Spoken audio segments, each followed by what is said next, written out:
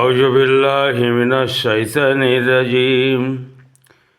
বিসমিল্লাহির রহমানির রহিম। 32 নম্বর সূরা সাজদা, মাক্কি, আয়াত 30, রুকু 3। বাংলা অনুবাদ। বিসমিল্লাহির রহমানির রহিম। অনন্ত করুণাময় পরম দয়ালু আল্লাহর নামে শুরু। 1 নম্বর আয়াত, আলিফ লাম মিম। 2 নম্বর আয়াত, এই কিতাব জগৎসমূহের প্রতিপালকের কাছ থেকে অবতীর্ণ, এতে কোনো সন্দেহ নেই। 3 নম্বর আয়াত, তবে কি ওরা বলে সে নিজে রচনা করেছে?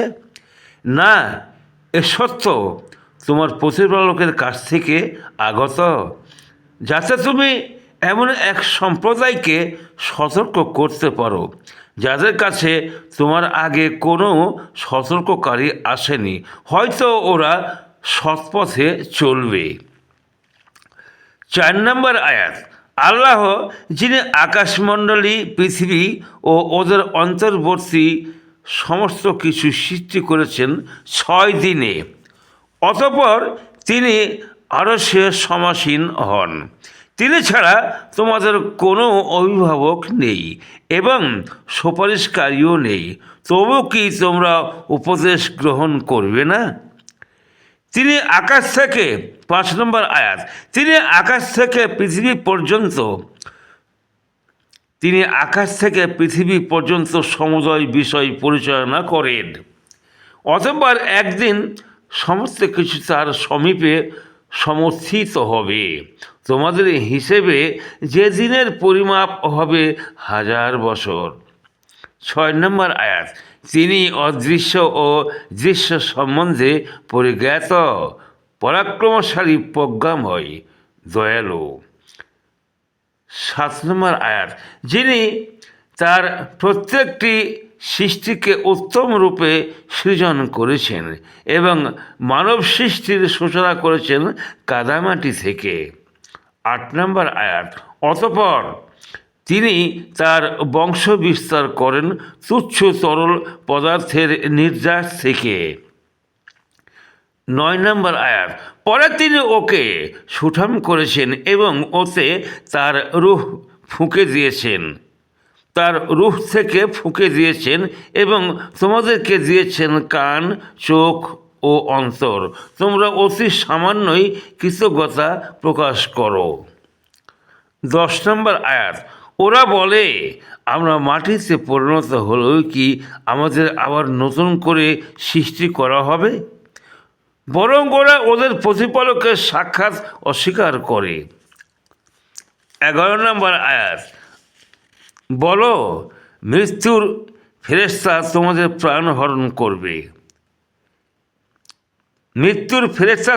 প্রাণ হরণ করবে, যারা তোমাদের জন্য নিযুক্ত, অবশেষে তোমরা ফিরে যাবে তোমাদের প্রতিপালকের কাছে। 12 নম্বর আয়াত,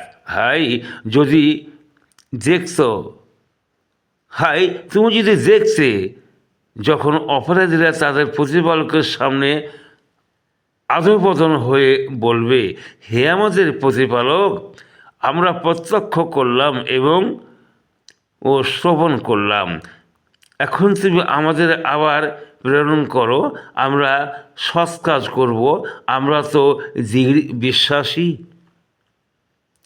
13 নম্বর আয়াত, আমি ইচ্ছা করলে প্রত্যেক ব্যক্তিকে সৎ পথে পরিচালিত করতাম, কিন্তু আমার এই কথা অবশ্যই সত্য, নিশ্চয়ই আমি জাহান্নাম পূর্ণ করব জিন ও মানুষ উভয় দ্বারা। 14 নম্বর আয়াত, সুতরাং শাস্তি আস্বাদন করো, কারণ আজকের এই সাক্ষাতের কথা তোমরা ভুলে গিয়েছিলে, আমিও তোমাদের ভুলে গেছি, তোমরা স্থায়ী শাস্তি ভোগ করতে থাকো, তোমরা যা করছে তার জন্য। 15 নম্বর আয়াত, কেবল তারাই আমার নিদর্শনাবলী বিশ্বাস করে, যারা ওর দ্বারা উপদিষ্ট হলে সিজদায় লুটিয়ে পড়ে এবং তাদের প্রতিপালকের স্বপ্রশংসা, পবিত্রতা ও মহিমা ঘোষণা করে, আর তারা অহংকার করে না।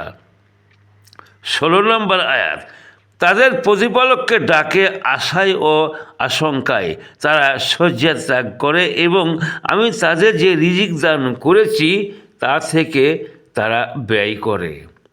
17 নম্বর আয়াত, কেউ জানে না তাদের জন্য নয়ন প্রীতিকর কি লুকিয়ে রাখা হয়েছে তাদের কৃতকর্মের পুরস্কার স্বরূপ।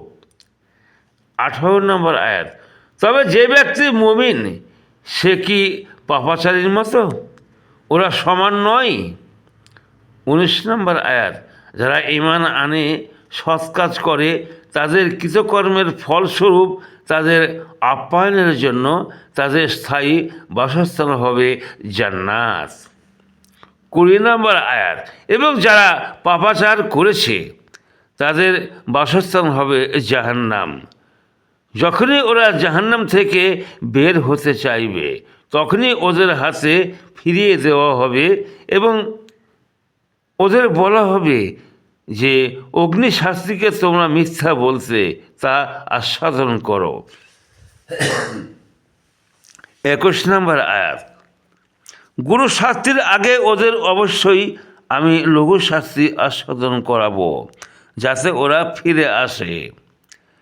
22 নম্বর আয়াত, যে ব্যক্তি তার প্রতিপালকের নিদর্শনাবলী দ্বারা উপদিষ্ট হয়ে তা থেকে মুখ ফেরায় তার অপেক্ষা অধিক জালিম আর কে?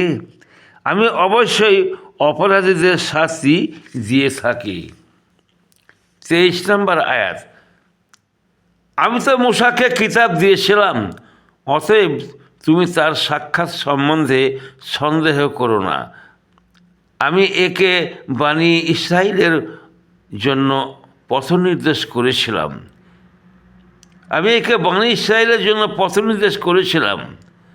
24 নম্বর আয়াত, আর আমি ওদের মধ্যে থেকে নেতা মনোনীত করেছিলাম যারা আমার নির্দেশ অনুসারে পথ প্রদর্শন করত, যেহেতু ওরা ধৈর্য ধারণ করেছিল আর ওরা ছিল আমার নিদর্শনাবলীতে দৃঢ় বিশ্বাসী।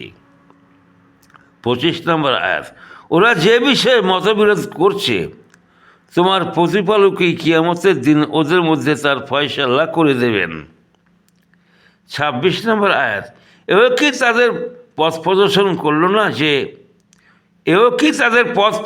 করলো না যে আমি তো এদের আগে ধ্বংস করেছি কত মানব গোষ্ঠী যাদের বাসভূমিতে এরা বিচরণ করে থাকে।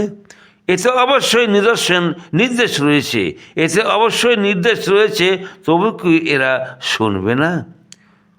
27 নম্বর আয়াত, ওরা কি লক্ষ্য করে না আমি ঊষর ভূমির উপর পানি প্রবাহিত করে ওর সাহায্যে শস্য উদ্গত করি, যা থেকে আহার্য গ্রহণ করে ওদের গবাদি পশুগুলো এবং তবু কি ওরা লক্ষ্য করবে না?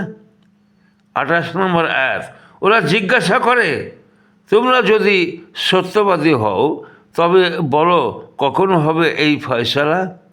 29 নম্বর আয়াত, বলো ফয়সালার দিনে কাফিরদের ঈমান আনা ওদের কোনো কাজে